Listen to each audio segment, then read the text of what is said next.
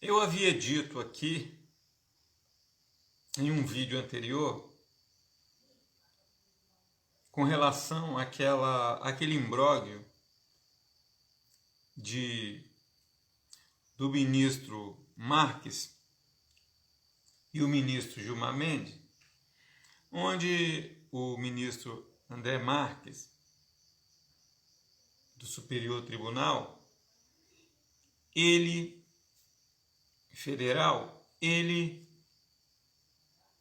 criou uma lei em que ele dizia que as igrejas seriam obrigadas a abrirem porque feria um artigo da Constituição. E eu disse que não. Se vocês lembram disso, eu disse que não, que Gilmar Mendes estava certo. Por quê? Porque o ordenamento jurídico, a nossa Constituição, como o nosso Código de Processo Penal,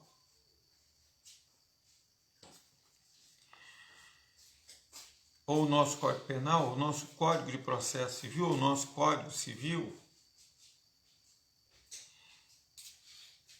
existe uma coisa chamada reserva legal. O que é reserva legal? A reserva legal é o contraponto de uma lei. A lei diz isso. A lei garante, né? São leis fundamentais, não são cláusulas pétreas, como disse alguns apaniguados do presidente da República. Não são cláusulas pétreas, são leis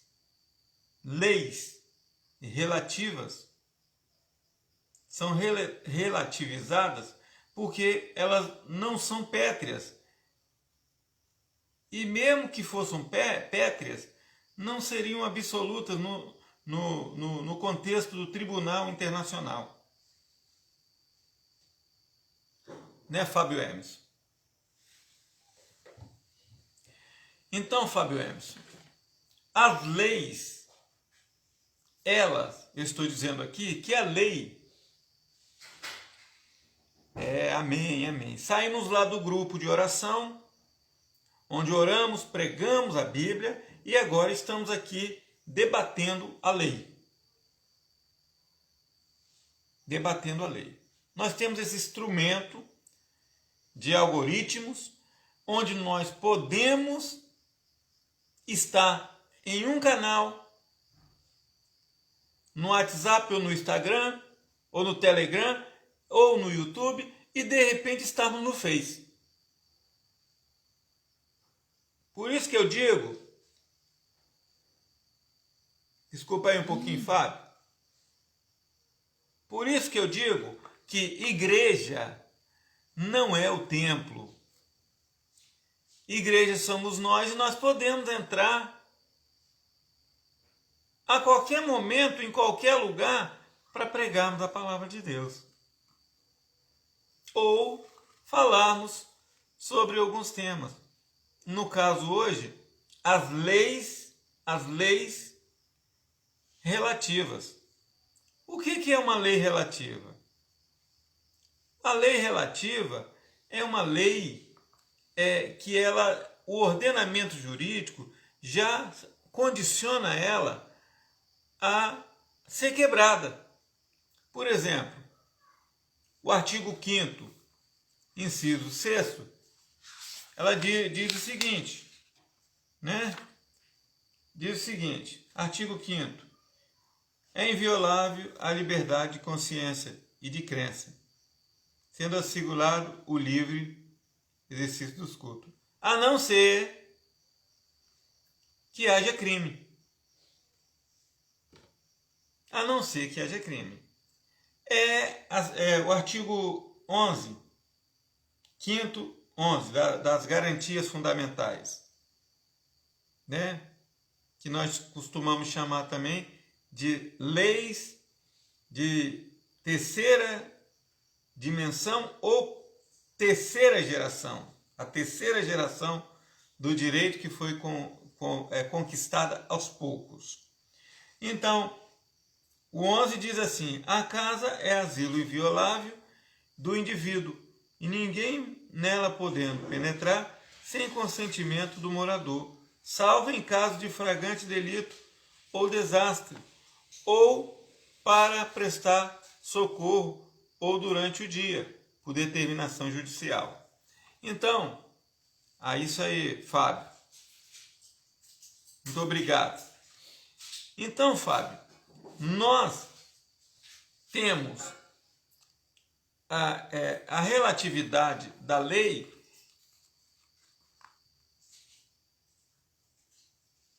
de asilo inviolável quando se comete um crime.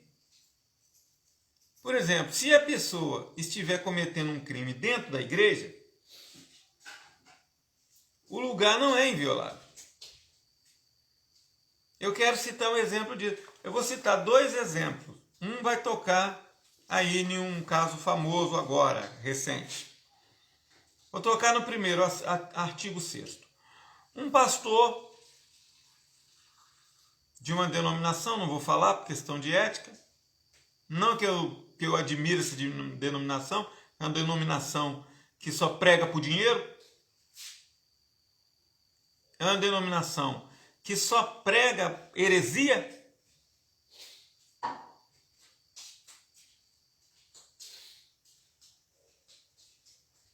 É esse tipo de evangelho que nós estamos ouvindo nos últimos dias, já há mais ou menos 100 anos, não, desde a década de 60, por aí, no Brasil, no movimento neopentecostal. O movimento pentecostal ainda permaneceu fiel, mas o movimento neopentecostal, embora o movimento pentecostal vai se tradicionalizando, ficando tradicional, e tem gente que não é o pentecostal, começa a pregar por dinheiro.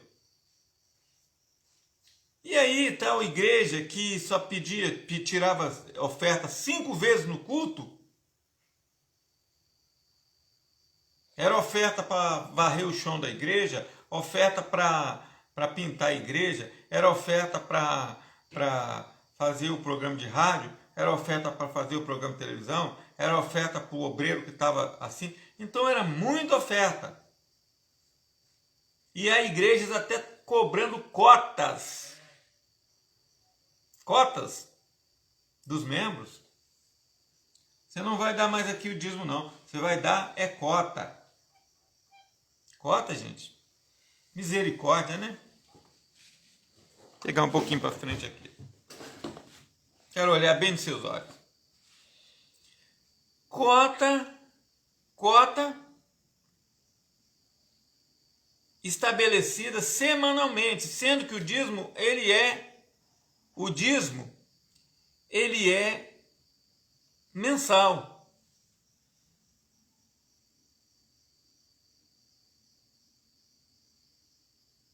Embora, no Velho Testamento há aquela questão de que fosse amêndoas e milho e soja e outras coisas mais, ovelhas, mas vamos trazer então para o tempo contemporâneo, Suponhamos que seja money, money, como diz o americano. Então, o salário é mensal, não é semanal. Mas aí eles criam uma cota semanal para obrigar a pessoa a contribuir semanalmente. Mas só que tem pessoas que não têm recursos, não tem condição. A igreja tem que ser, na verdade, um vetor social para levar ajuda o necessitado e não explorá-lo e não tirar dele. Mas os falsos profetas, os mercenários que Jesus falou, e Pedro também disse: eu sei que quando eu sair do meio de vocês, quando eu morrer, mercenários vão entrar no meio de vocês e eles não vão poupar o rebanho. São lobos devoradores.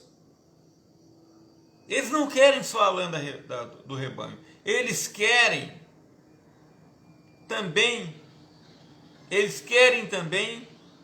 a carne do rebanho. Então, gente, presta atenção. Então, no artigo 6, diz que o lugar é inviolável. É uma lei relativa. Por quê? Porque se houver crime, pode-se entrar sim. Se não há crime, o líder religioso torna-se delegado. Mas se ele comete crime, ele se torna réu. É relativo. Eu vou contar um exemplo da igreja, da tal igreja que eu falei. Tal denominação, porque igreja somos nós. Um obreiro, determinada comunidade, ele teve uma paixonite aguda por uma menina de 11 anos. Um cara já velho. Então ele teve um caso com essa menina. O que a nossa lei define como pedofilia. E aí, ele foi para a igreja pregar, estava lá com a Bíblia, né? Eu não estava no culto, mas alguém, eu nem era dessa denominação, a denominação ficava do outro lado, era metodista. E aí, ele, de repente, chegou ali. Alguém contou para mim, né, que estava lá, falou: olha, eu vou contar para você, eu era pastor na época, eu fui consagrado bispo em 2014, foi muito antes, foi bispo de 93 até 2014, eu fui pastor até de 93, de 3 de janeiro de 93 até 94, isso eu estou dizendo consagrado, até 2014, aí eu fui ungido bispo. Mas eu fui pastor em experiência durante 8 anos. Desde 80, eu tinha 24 anos. Eu tinha 21 anos quando eu comecei a estudar. Fiz a primeira faculdade teológica. Concluí em 85. Não, em 88. 85, 86, 86, 87, 85, 86, 87, terminei em 88. Então, esse moço está pregando na igreja, de Bíblia na mão e tudo, mas ele tinha cometido um estupro de vulnerável, um crime. E essa pessoa que me contou, ela era inquilina no mesmo prédio que eu morava. E ela disse: ó, eu estava lá, a polícia chegou, parou do lado de fora, pediu permissão ao obreiro e entrou. E realizou o flagrante. Ele foi preso em flagrante. Ele estava ali, dentro da igreja, com a Bíblia na mão. E ele pediu: deixa eu botar a Bíblia sobre as algemas. Porque a reportagem já estava ali para fotografar. Eles chegam logo. Então ele escondeu a Bíblia debaixo do braço, a algema debaixo da Bíblia, e foi preso. Foi levado até a polícia judiciária, que seria a polícia civil. A delegacia, que a polícia militar não pode prender. Só pode conduzir, na verdade, né? Fez a prisão e levou até a autoridade competente. E aí, gente, esse é um exemplo. Esse é um exemplo. Um exemplo religioso. Tá certo? Então, quando se faz também quando se há uma pandemia, quando se há uma catástrofe, quando se há um problema acontecendo com relação à igreja, quando está envolvendo, por exemplo, morte de pessoas, então a igreja, por ser uma OCIPES, uma associação filantrópica e de utilidade pública, o governo pode sim não permitir para que não haja mais mortes. É o que nós chamamos de sindemia. Não pode haver uma sindemia, tem que ser sanado. Porque não adianta, por exemplo, eu ser curado, eu me proteger do vírus e a minha esposa ir na igreja e trazer o vírus.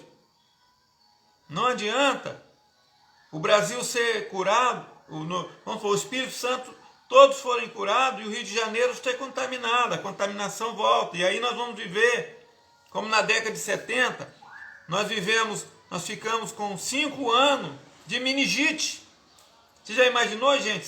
5 anos, 7 anos de pandemia de coronavírus? Se não for vacinado, se não for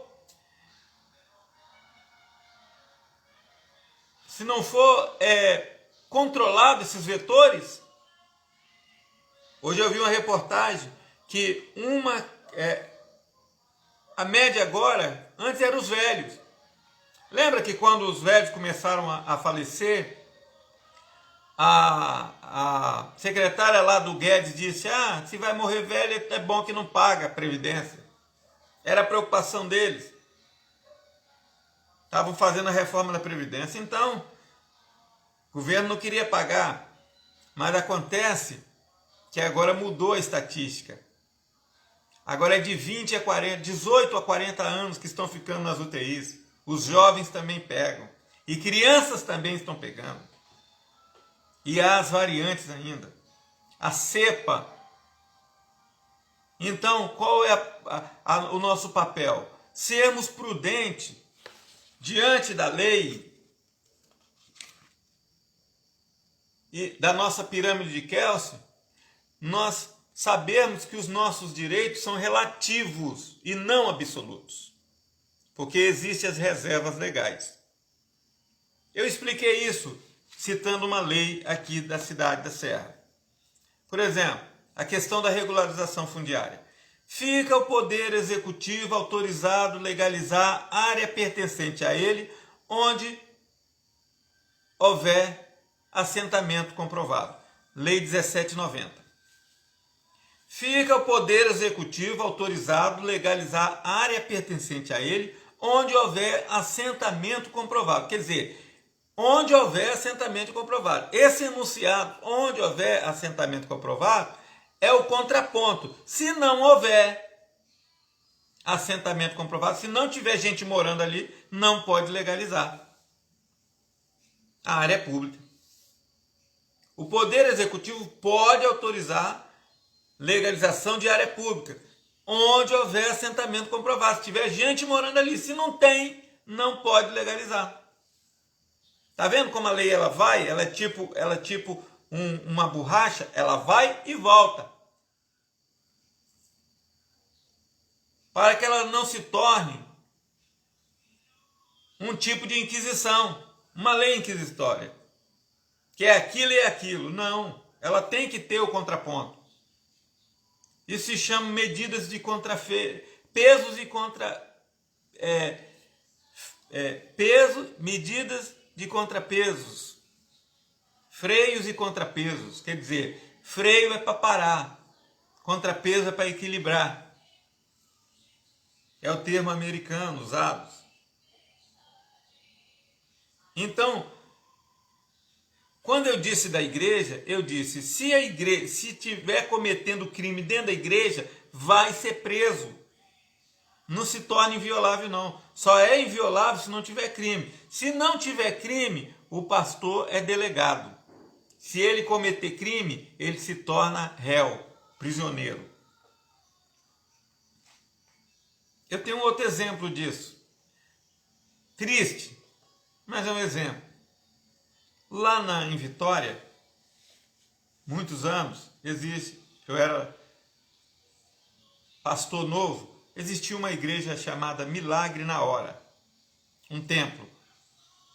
O pastor abriu uma igreja ali, fundou uma igreja chamada Milagre na Hora. Então já era uma heresia por causa do nome. Por quê? Se é milagre na hora, tem que entrar na hora e receber o milagre. Não pode ser deixar para amanhã. Eu acredito em milagre e acredito nos dons espirituais, mas o nome não pode ser desse jeito.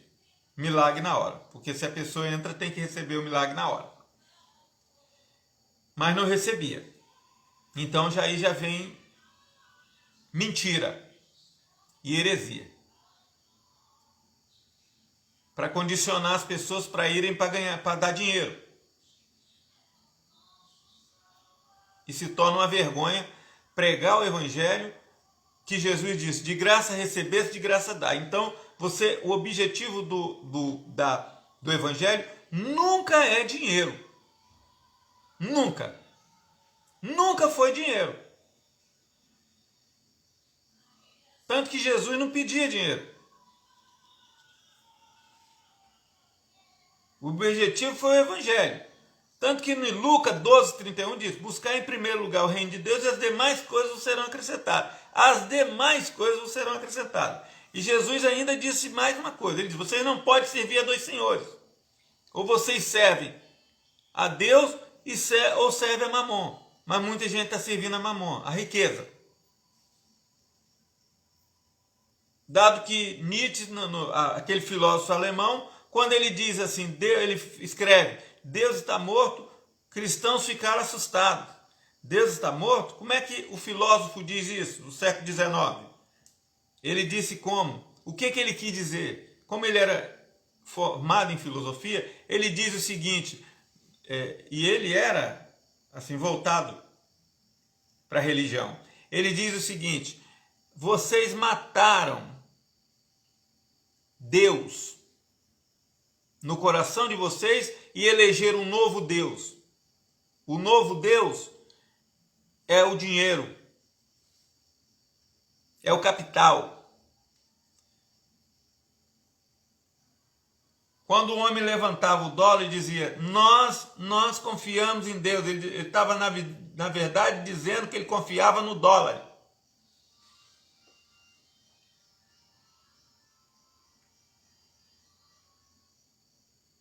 E aí no Brasil criaram, Deus seja louvado, para tentar imitar, no plano real. No cruzado, né, anterior.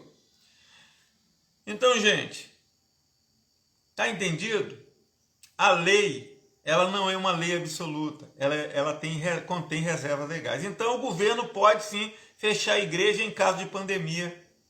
O governo pode sim invadir uma casa em caso de calamidade e em caso de crime. Por exemplo, a Defesa Civil pode invadir, se as casas vão cair, o morro vai despencar, eles podem entrar sem ordem judicial, dentro lá dentro, pega você e sai correndo. O Corpo de Bombeiro também. A inviolabilidade, ela é relativa ao estar tudo bem, tudo normal. Quando está anormal, ela não é ela é relativizada por causa das reservas legais. Agora eu vou chegar ao artigo 11 de novo, do 5. do nosso Código Penal e da nossa Constituição. Vou repetir. A casa é asilo inviolável do indivíduo, ninguém nela podendo penetrar sem consentimento do morador, salvo em caso de flagrante delito ou desastre, ou para prestar socorro ou durante o dia por determinação judicial. A determinação judicial sempre é de 6 da manhã até 6 da tarde.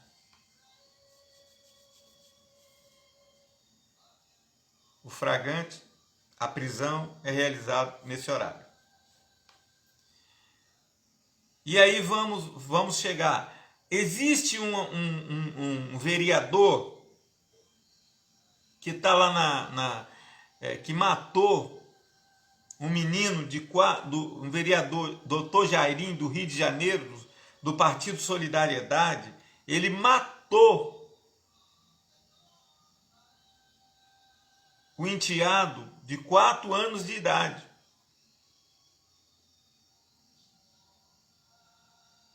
E ele,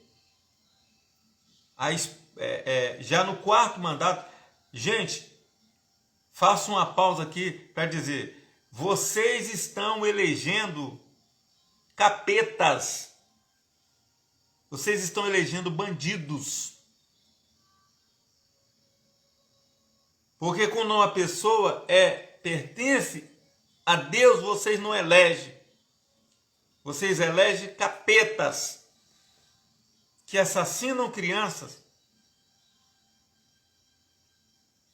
Tem um deputado aí também que estava envenenando o marido e matou o marido.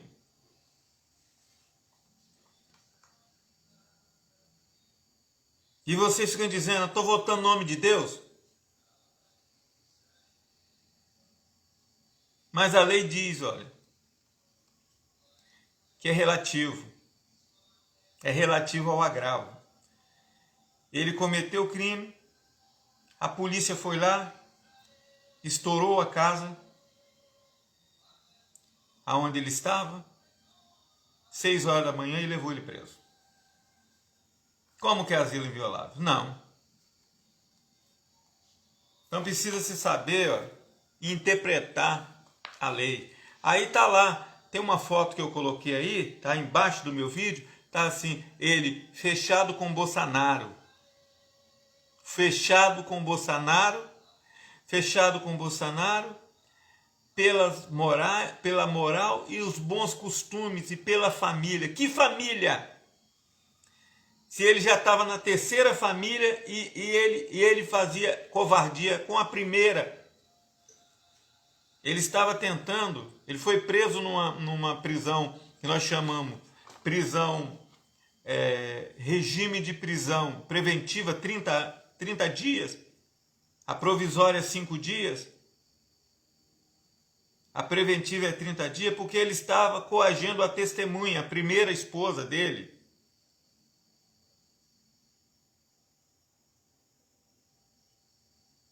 Ele era tão maligno que ele estava coagindo a primeira. Eu não quero fazer aqui papel de promotor, não. Mas eu, como operante de direito, eu não estou fazendo um papel de promotor, só estou relatando o fato que esse homem divulgava na sua campanha política de vereador que ele era fechado com Bolsonaro a favor dos costumes e da família. Isso é um imbróglio. Isso é uma mentira.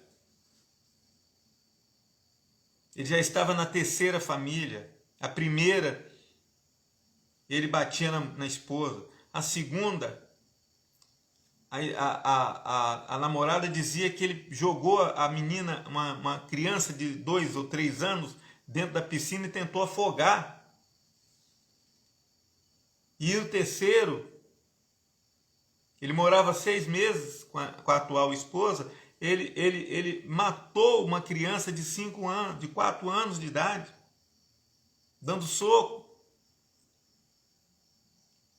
A criança saiu do quarto, submetido à sessão de tortura, saiu do quarto, gente, e com as pernas machucadas, com o fígado dilacerado, com a cabeça. Disse para a babá: eu estou sentindo dor de cabeça, tia. Então, gente, eu como operador de direitos humanos, que muitas vezes as pessoas falam que nós somos defensores de bandidos, e esse cara? E o Silveira, aquele deputado bolsonarista que ia para lá tentar explodir o Superior Tribunal de Justiça? Hein? E Bolsonaro, que dizia sempre na sua explanação que ele era favorável à tortura. E que dizia que se ele fosse operado por um negro, ele não aceitava. E os crimes que esse cara tem cometido? Não é crime não, gente? E por que tem 105 pedidos de impeachment para ele e o presidente do Senado fica jogando desculpa? E agora ele quer processar com 10 pedidos de impeachment o Superior Tribunal de Justiça, pedindo o impeachment do Barroso, que tem 10, ele tem 105. Sendo que se ele abre, ele é tão sem conhecimento que ele quer, na verdade, chamar a militância para isso, e bobo é quem vai, que se ele abre precedente para que o Barroso seja impeachmentado, ele abre precedente para a oposição também impeachmentar o Nunes Marques. E o outro que ele está querendo colocar um pastor lá. Ele diz, né, que ninguém sabe o que passa na cabeça desse homem. Então, esse Jairinho, esse vereador, fechado com Bolsonaro, fechado com capeta. Fechado com capeta. Por quê? Uns homens que lutam pela moral, pela família e pelos bons costumes. São bandidos, ladrões, assassinos, que são apaniguados de um presidente que também comete crimes.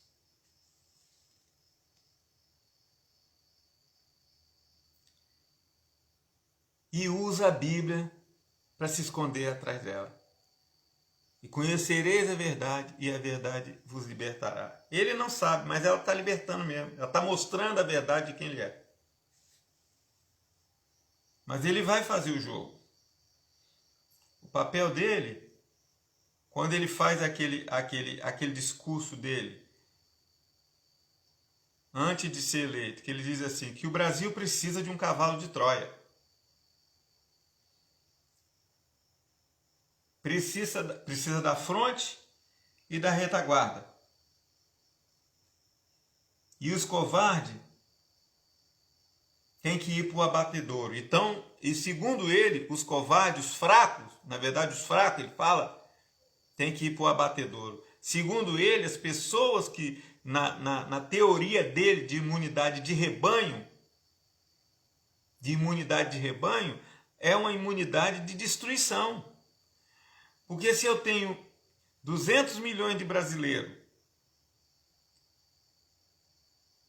eu tenho um coronavírus e eu tenho as cepas que estão surgindo, as variantes. Já temos 370 mortos, 350 mortos. Temos mais de 1 milhão em luto. Mais de 1 milhão em luto. Essa semana eu perdi vários amigos e vários estão entubados. Ainda alguns conseguiram sair porque tinha condição de comprar oxigênio. Foi para casa.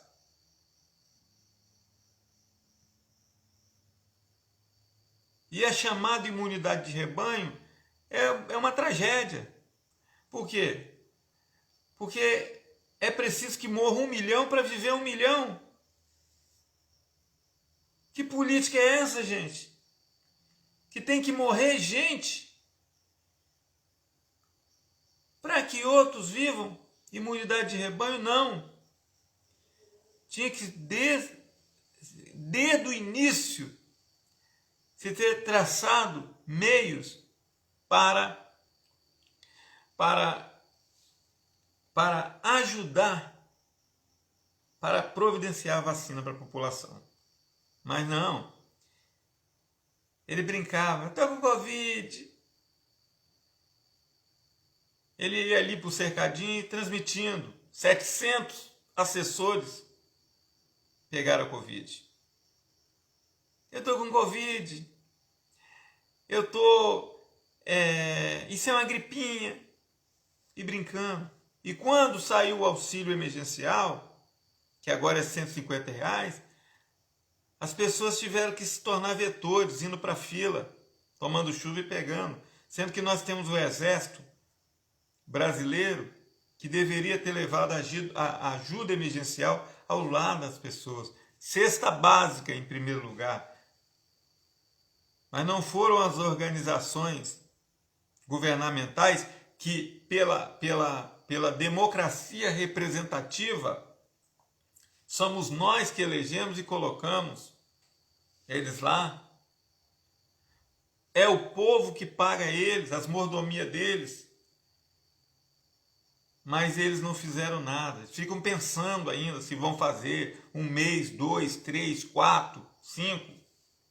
Enquanto isso, os grupos, as ONGs que ele disse que eram bandidos, que ele iria tirar o dinheiro das ONGs, que teriam que comer rosquinha. Esses sim se unem e trabalham para que as pessoas não morram de fome. Uma vergonha isso, gente. O Brasil, a oitava maior economia do mundo.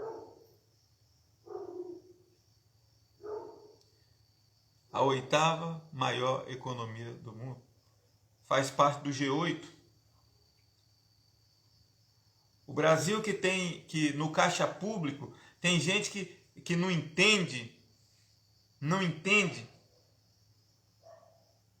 A minha esposa estava conversando comigo, uma amiga nossa, bolsonarista, dizendo, mas se der a ajuda emergencial, vai estourar o caixa público. Aqui, ó, para eles, nós temos 400 trilhões no caixa público. 335 bi guardado lá. Tá? Mas ele usa? Não. Sabe por quê? Porque os bancos, Bradesco, Itaú e outros emprestam ao governo nas operações casadas. Eles emprestam ao governo e o governo depois paga eles com juro, com o nosso dinheiro, com juro que cobra de nós. Tá certo? E eles não mexem no dinheiro que está no caixa público. Eles pegam o dinheiro no banco, você vai no banco tentar pegar empréstimo, você não ganha, você não recebe, você não consegue. Aí o governo vai lá e diz assim, olha, eu preciso de 50 milhões, o banco empresta. Porque o banco é uma estatal e ele vai receber de volta, com juros. Ele empresta 50 para receber 100. Vocês estão entendendo, gente? Porque já havia dinheiro.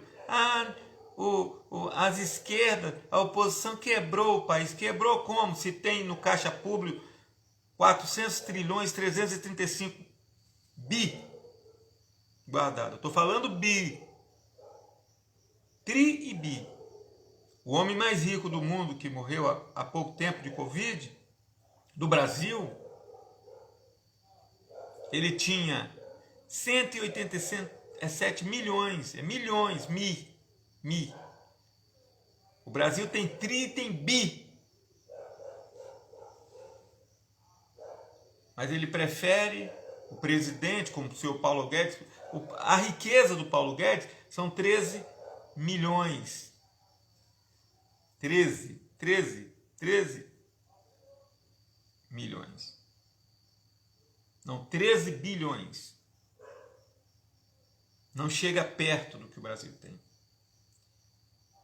Só que ele continua na sua intenção de privatizar o Banco do Brasil para ele comprar a preço de banana.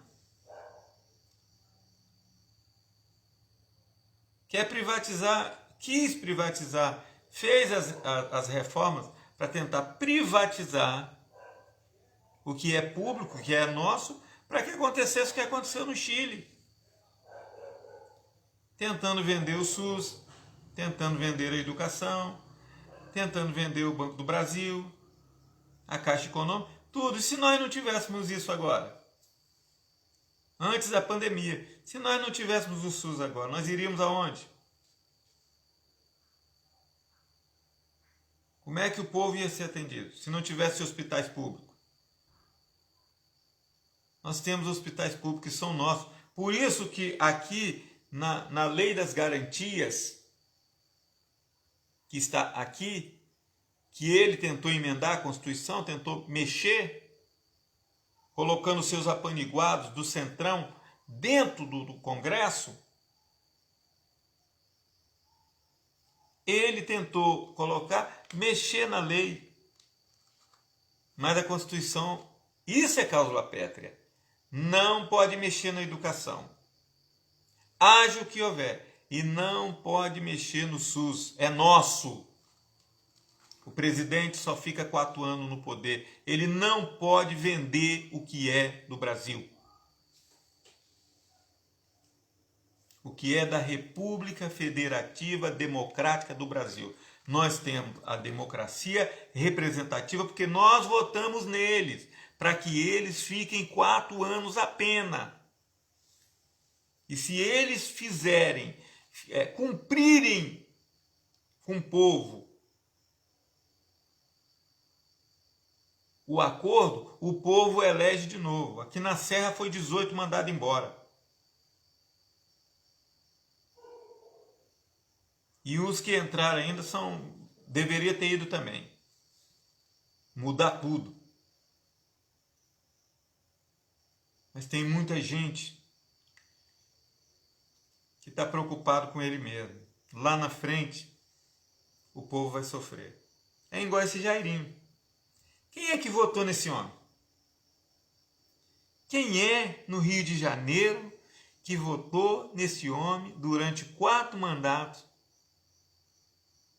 Ele estava no 4º mandato, que se concretiza, ia dar 16 anos. E esse homem é um assassino, que mata uma criança de 4 anos. Então, gente, não vem querer usar a lei para tentar matar pessoas, não. As pessoas precisam se resguardar. Porque essa doença é uma doença, não tem rico, não tem pobre, não tem ninguém. O rico tem uma vantagem, que ele pode comprar o oxigênio e levar para casa, o pobre não. O pobre tem que permanecer lá até ele poder respirar. E quem morre entubado, o seu pulmão explode. Eu tive 2 mortes assim na família, minha mãe e o meu irmão. Tomavam Berotec, até que um dia, puf. Meu irmão foi com 24 anos, e minha mãe com 57. Aqui, o presidente Bolsonaro, ele bate continência para cloroquina. Primeiro ele batia continência para a bandeira americana. Depois ele começou a bater continência para a cloroquina. Até que nós ficamos colapsados. Até que houve uma perda de controle. E hoje o brasileiro é obrigado a ir atrás, tendo no caixa público um dinheirão, milhões, trilhões e bilhões, que é reserva para o brasileiro é obrigado a ir atrás para os metrô, para os ônibus, para pegar o vírus. E quando um governador, um prefeito faz o lockdown, ele vai lá e cria problema para punir os governadores que querem salvar vidas. Eu quero parabenizar o Casagrande daqui, porque ele está certo, ele tem que preservar. Temos que preservar primeiro as vidas. Dinheiro mesmo. O Brasil tem no caixa público, mas eles não querem. Para eles querem. O filho do Bolsonaro comprou agora uma casa de 6 milhões. O Bolsonaro usa o cartão corporativo. Eu não vou usar cartão corporativo.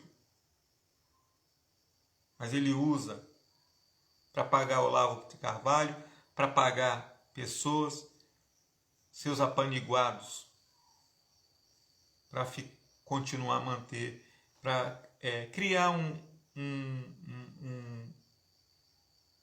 anarquismo, né? Dentro da sociedade brasileira.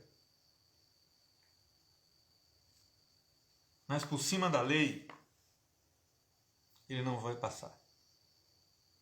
Essa é a lei, é a nossa lei de garantia. Essa é a nossa Constituição.